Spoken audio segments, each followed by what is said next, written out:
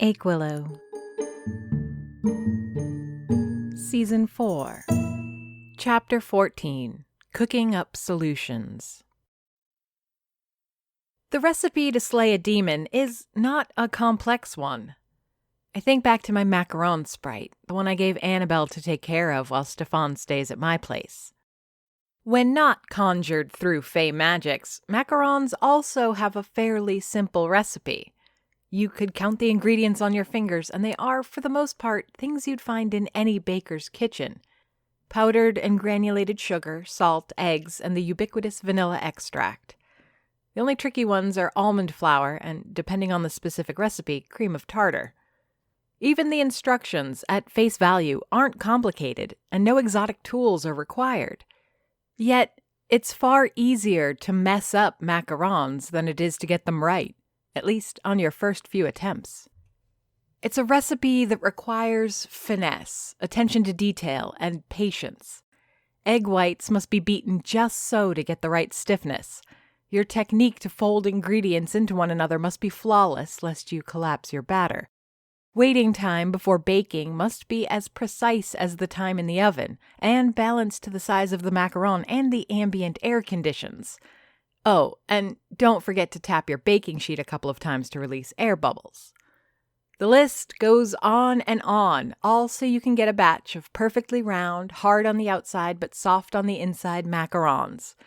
And, of course, any flavoring and coloring you add will threaten the whole composition, yet are essential to bring the treats to life.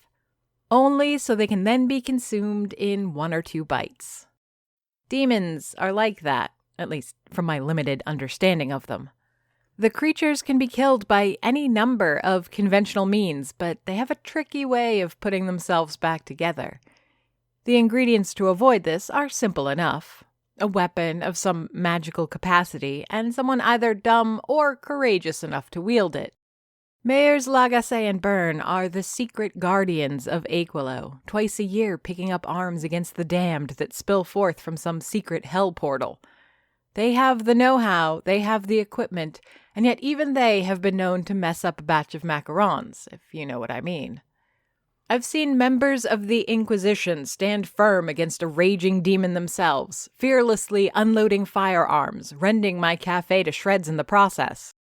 They lacked the other ingredient, however, and the demon ran loose. Agnes, a demon herself, dispatched both her brother and the hunger demon that roamed the woods and back alleys of Aquilo 2 years ago. This town has the means to kill demons on its streets, and I know where to reach out to find a handful. However, much like an omelet, you can't make macarons without breaking a few eggs. Considering what the eggs are in this particular situation, I'm extremely reluctant to even risk cracking their shells. That means no Mayor Lagasse, no Mayor Byrne, and no mysterious ancient sword.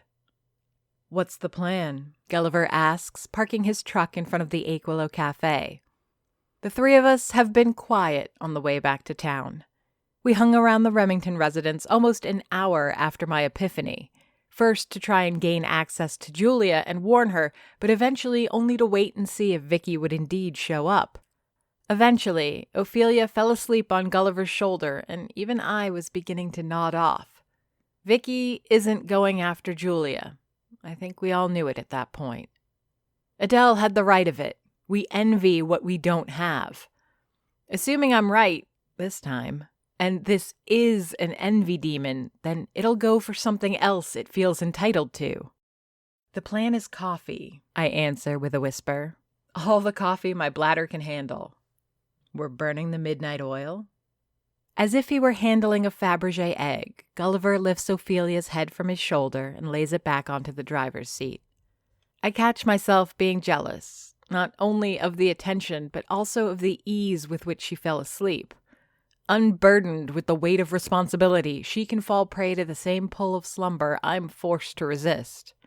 "You don't have to hang around. You should probably bring her home." I point my chin at the sleeping Ophelia and watch for Gulliver's reaction. Isn't it strange how this works? I'm not attracted to Gulliver. At least, I don't think I am. He's a big, goofy brother, a friend, and an ally, but not a romantic interest. Some would say I protest too much, and I'll admit I seldom know where my heart's compass points, but this is one thing I feel certain of. Yet, I desperately want him to insist that he keep me company in the cafe. Sure, I don't want to be alone, but also, I want to know that I haven't completely lost him to Ophelia. She'll be okay here, he answers to my relief. I've slept in this truck more than I've slept in a proper bed these last 5 years. Seriously, if you need to go, I'm fine. It's a lie, one I don't think Gulliver sees through. I'm about to carefully close the cab door, not a simple task for someone of my particular height, when a head pokes up in the window. What the? In my surprise, I lose my footing, nearly plummeting to the ground. The door swings open again, letting me hang from the handle as the tip of my sneaker brushes against the wet concrete of the sidewalk. It takes a moment to realize that the person staring at me from inside the cab, judging my clumsy acrobatics with a tilt of his head and a squint of his green eyes, isn't a person at all. William, you little piece of... I catch myself before saying more as Gulliver saves me from falling on my ass. Once I'm safe and secure on the sidewalk, he picks Ophelia's cat from the passenger seat with a swoop of his massive hand and proceeds to close the door for me, quiet as a giant mouse. Little pest, he says, slinging the feline over his shoulder. William's demeanor went from arrogance to shock to docility. I get it, William. I, too, would keep my mouth shut if Gulliver were swinging me around like that. How strong is this? Gulliver swirls the coffee I've just served him in its cup. It's boiling hot, an expression of the coffee machine's bottomless rage. Thick feathers of steam float into the air only to vanish within seconds. If I make it any stronger, you'll be chewing on raw coffee grounds. Gulliver responds by raising the cup and taking a ravenous gulp. How his mouth doesn't simply boil right off his face is a mystery to me. I sip my coffee, careful so that I still have lips and a trachea by morning. Okay, I start, still whispering as if we could wake Ophelia up from here. We have 2 pressing questions. How to track down Vicky, and how to take care of the demon. Gulliver nods, pulling the plate of pastries I hastily put together towards himself. Well, he says, choosing a chocolatin, I don't know how to find or kill demons, so I'm relying on you. But I'll be glad to be your muscle when you know what to do. We're not killing her. She's a demon, Miriam. She killed Helmut Hans and Stefan's girlfriend. She's going to kill again. I shake my head. First of all, Nancy isn't Stefan's girlfriend. Second, Agnes was a demon too. Agnes didn't kill anyone, except her brother, I suppose. He's right. Agnes put herself through a living hell, denying her nature and her urges, all to keep us safe. Even when it came to Peter, she slew him only when there was no other path available. And she only did it to save me. This is different, though, I explain after burning my tongue on another sip. Vicky isn't a demon. Whatever envy is, it went from Nancy to Helmut and then to Vicky. Once it finds something else to covet, it'll move from her to the next victim. And Vicky will be another heartless corpse for someone in Aquilo to find. All right. Gulliver swigs his last few swallows of coffee. What would Vicky covet then? Huh? You said it yourself. The demon chose Nancy because she had freedom. Then it went to Helmut because he had money that Nancy didn't. Finally, it found Helmut too ugly and jumped to Vicky. What does Vicky lack that the demon might want? If we can offer her that, maybe we can get Vicky to come to us. Like you use pastries to bring me back here all the time. I know the answer to that, but I don't know how to make it happen. Fame. Vicky wants fame. But not in that selfish way. She's an artist and wants to be recognized for her craft, but that works too. That's a bait we can't procure, though. I can't promise fame any more than I could have promised Helmut's riches or Vicky's beauty.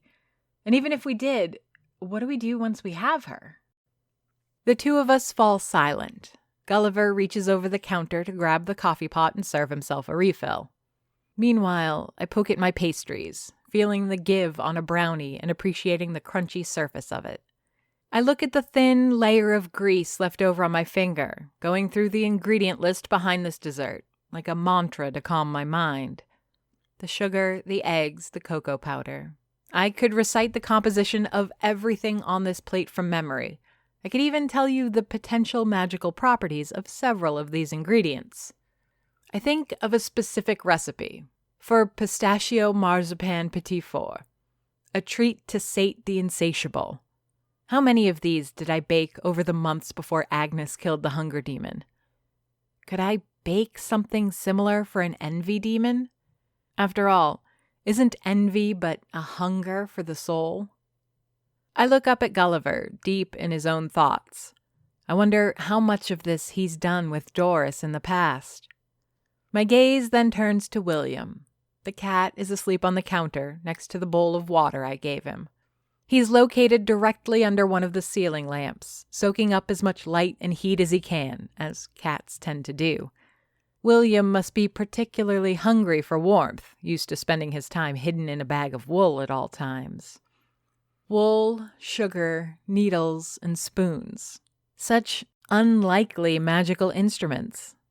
All within reach, all at my disposal, yet useless if I can't figure out the proper combination. I suppose I could bake something to expel the envy demon from Vicky, but I've seen what kind of exit wound it leaves behind. Envy is a worm that lives in your heart. Where have I heard that before? Well, it also doesn't abandon its residence without some damage. I dwell on other possibilities. Could I bake something that would force the demon out another way? Do I know enough of the creature, or of the kitchen witchery I claim to practice, to attempt such a feat? William rolls over, exposing his belly to the heat of the lamp, letting out a soft purr before opening his eyes. Every time he looks at me, with his gold emerald eyes, I feel like Ophelia herself is staring at me. William wears the arrogance openly, while she weaves it into snide remarks, but they cross over. The wound of my irritation towards Ophelia reopens a little as I scratch at it, but through that pain comes epiphany. I have it. The white peaks of the beaten egg whites, perfect to bake macarons. I've figured out the first hurdle. I've got it. The words escape my mouth in harmony with Gulliver saying the same thing. William jumps at the noise. You first, I say, locking eyes with Gulliver, eager to share my idea but starving to know what he's got. No, you go. I insist. He starts but hesitates. No, it's dumb, but I think I know how to get Vicky Paramore to come to us. If ever there was a time where my face could emit light, this would be it. I positively glow at the news. If Gulliver's idea is worth anything, he's figured out the cooking time. We can make macarons. Your idea is probably better, he adds. It's not. I mean, I haven't figured out how to find Vicky, just how to rid her of the demon. He pauses, letting the pieces fall together to form the picture in his mind.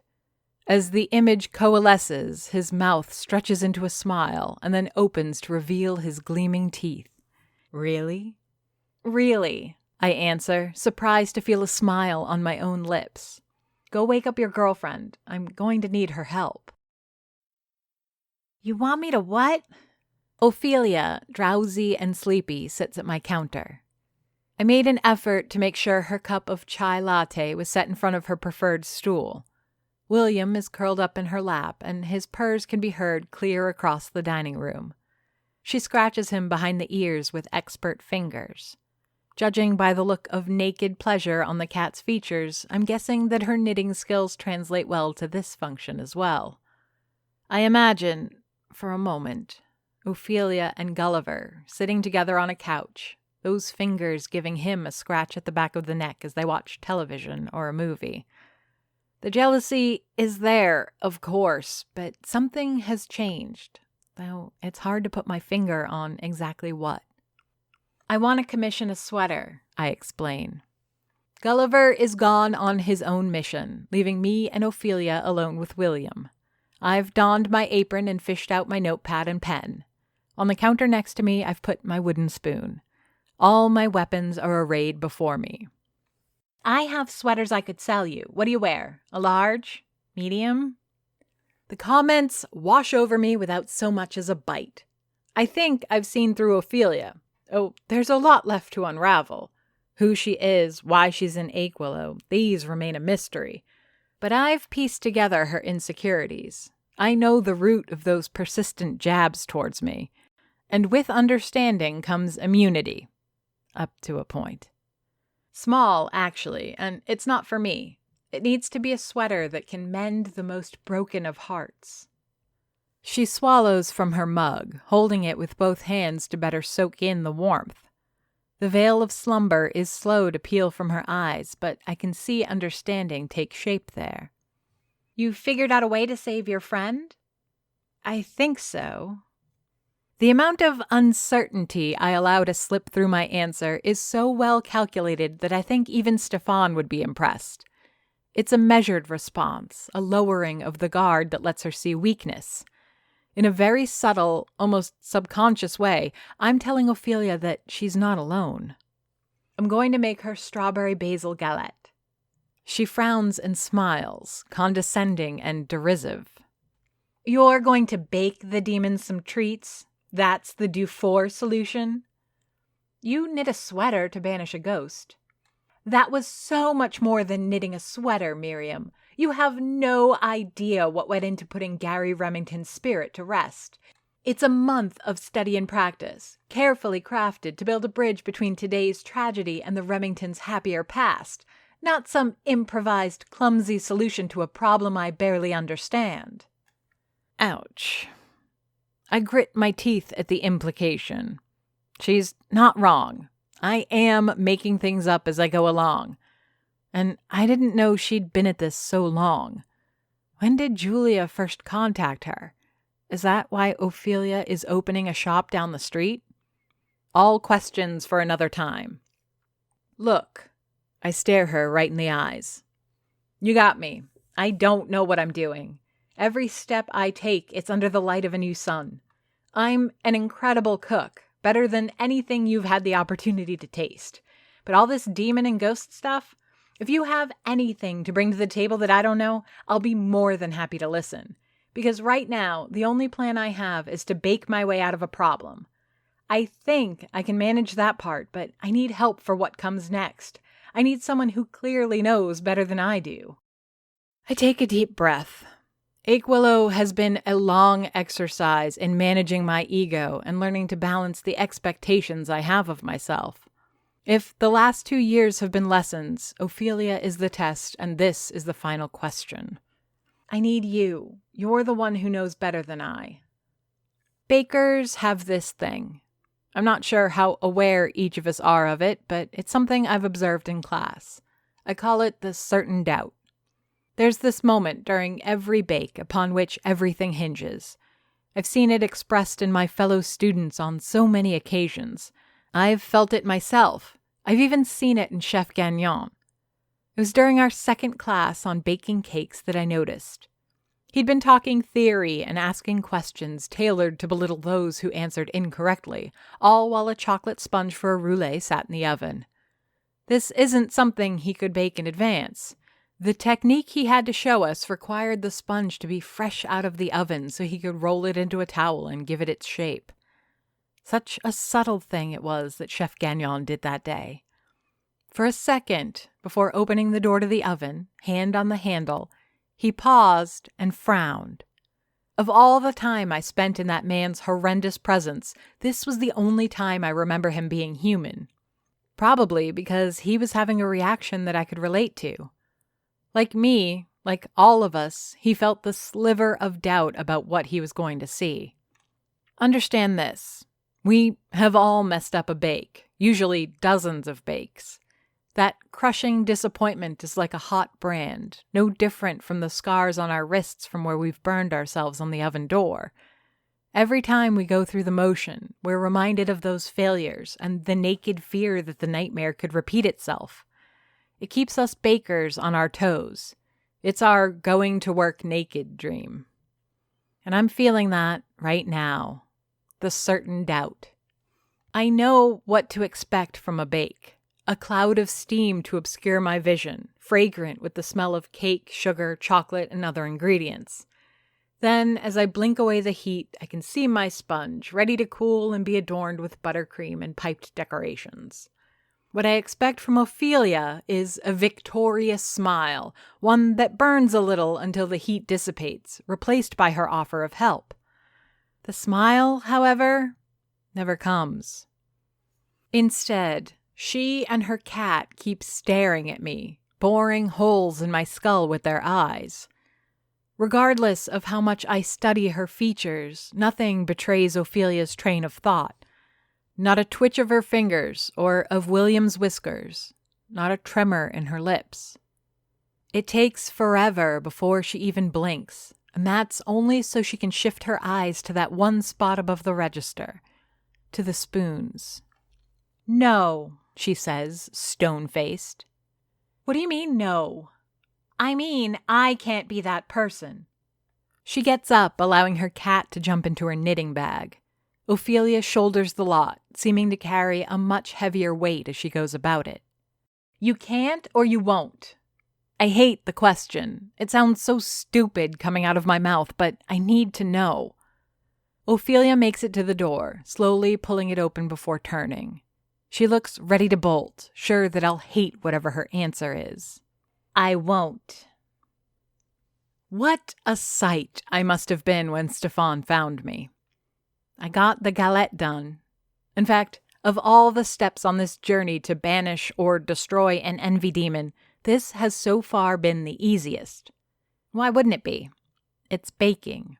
Another derivative recipe from what my great-grand-aunt Doris left behind. She had an apricot and clove galette meant for something completely different. But I know so much more now than I did back when I first started. The basil was an easy choice and simple to procure. I grow my own like a potted plant, along with a few other herbs like thyme and sage. Strawberries were a little more challenging, being out of season and all, but I had a bag from the store in the freezer to make coulis with later this week. It's not ideal, but I need them more for their feeling of abundance and satisfaction than for the freshness. The real hurdle was to bake with clear intent. I couldn't let my disappointment in Ophelia and my fear of what's to come sneak into the pâte brisée or the filling. I wouldn't get more than one shot at this, and while I didn't fear for my life, the stakes remained high. In fact, with other people on the line, they felt even higher. Once done baked and plated, with a small basil leaf on top of the galette as decoration, I put my creation on the counter and sat, waiting. I waited for Gulliver to come back with Vicky, or for Ophelia to return, having changed her mind. I sat and thought of Vicky, how she'd be leaving Aquilo to seek what she needed. This town doesn't have the fame a demon would seek, but Toronto might. The part Vicky got is small, but the people she'd be working with might have exactly what the demon needs. From there, who knows what the envy demon will desire next? The only certainty is that it will never know satisfaction, and with every attempt, someone will die. It's laden with these thoughts that Stefan found me in the cafe. "What's this?" he asks, sitting opposite me. "Some dessert I've been wanting to try," I lie. "You want me to give it a taste?" "No, I'm saving it." With the tip of his finger, he rotates the plate, observing the galette from all sides. Odd to watch him giving such a detached appraisal of what is essentially enchanted pastry. "You don't think Vicky did it," he states after a long while. I shake my head. "Do you know who did?" How cruel of him to ask me this question. He saw the email just as much as I did. He helped me hide the laptop as we waited for Lamore. As much as he hungers for revenge on whoever killed Nancy Tripoli, he played along with Annabelle and I as we covered the tracks of the most likely suspect. But also, how Stefan of him. I guess I should be flattered. He obeyed me at Helmut Hans's home as he would have in my own kitchen. I think, in a way, this is as much a demonstration that Stefan respects me outside of work, no less than he does here at the Aquilo. I think I do. I look up at him, expecting a reaction, but I come out of it disappointed and relieved. He's still spinning the dish, committing every detail of the galette to memory. I don't think I've ever made a galette since hiring Stefan, or since moving to Aguilo. Has he ever even seen one? Will you tell me? I shake my head again, pushing away from the counter. If there's a time for Stefan to break character and lose patience with the mystery, it's now, and I wouldn't blame him. To my surprise, all he does is nod. Not in any form of approval, mind you, but in that way people nod when faced with the immutable. He's nodding at the incoming storm, not as part of a negotiation. She was right, he says, mourning with every word. Nancy, that is. I wait for him to continue, busying myself by preparing some fresh coffee.